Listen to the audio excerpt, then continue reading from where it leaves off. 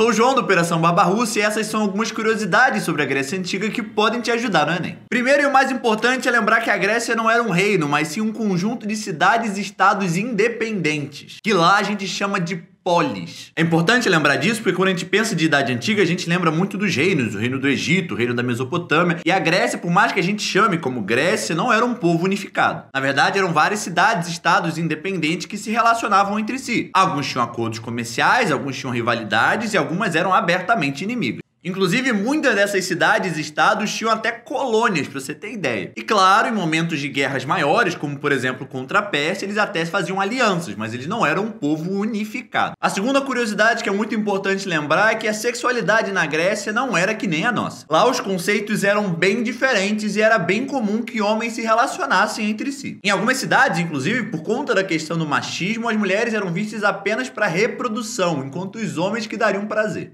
Então ele é? Mas aí é importante ter um cuidado também pra gente não cometer anacronismo. Isso não significava que eles eram LGBTs. Até porque, isso que é o ponto importante, o conceito de LGBT não existia. O conceito de sexualidade, de atração e de amor naquela época é completamente diferente do nosso. Terceira curiosidade muito importante, lembrou de Grécia Antiga, tem que lembrar de filosofia. Eles são os pais da filosofia, especialmente Atenas, mas não só. Lá é a terra do Platão, do Sócrates, do Aristóteles, do Heráclito, de uma galera. Então, se a gente tem a filosofia do jeito que a gente tem hoje, com certeza é graças à Grécia. Inclusive, se você quiser começar a estudar filosofia, a primeira coisa que você precisa fazer é estudar os filósofos clássicos, que são eles, os gregos. Outro ponto principal, lembrou de Grécia, lembrou de duas cidades, Atenas e Esparta. Não pode esquecer. Inclusive porque Esparta é muito conhecida pelos seus exércitos e Atenas é a mãe da democracia moderna. Todos os conceitos que a gente tem hoje de participação democrática e de organização política democrática vêm dela. Claro que quando a gente está falando de democracia ateniense, ela não é tão ampla que nem a gente tem hoje. Ela, na verdade, era bem restrita, mas ela era fora da curva em comparação com as outras do seu tempo. Então, mesmo tendo escravos e restringindo a participação feminina, ela ainda era fundamental para dar a base para a gente pensar a democracia que a gente tem hoje. E por último, uma coisa muito importante é que a Grécia influenciou todo o mundo moderno. Isso porque a Grécia depois foi conquistada pelos romanos, que pegaram muito dos seus aspectos culturais para eles. E os romanos conquistaram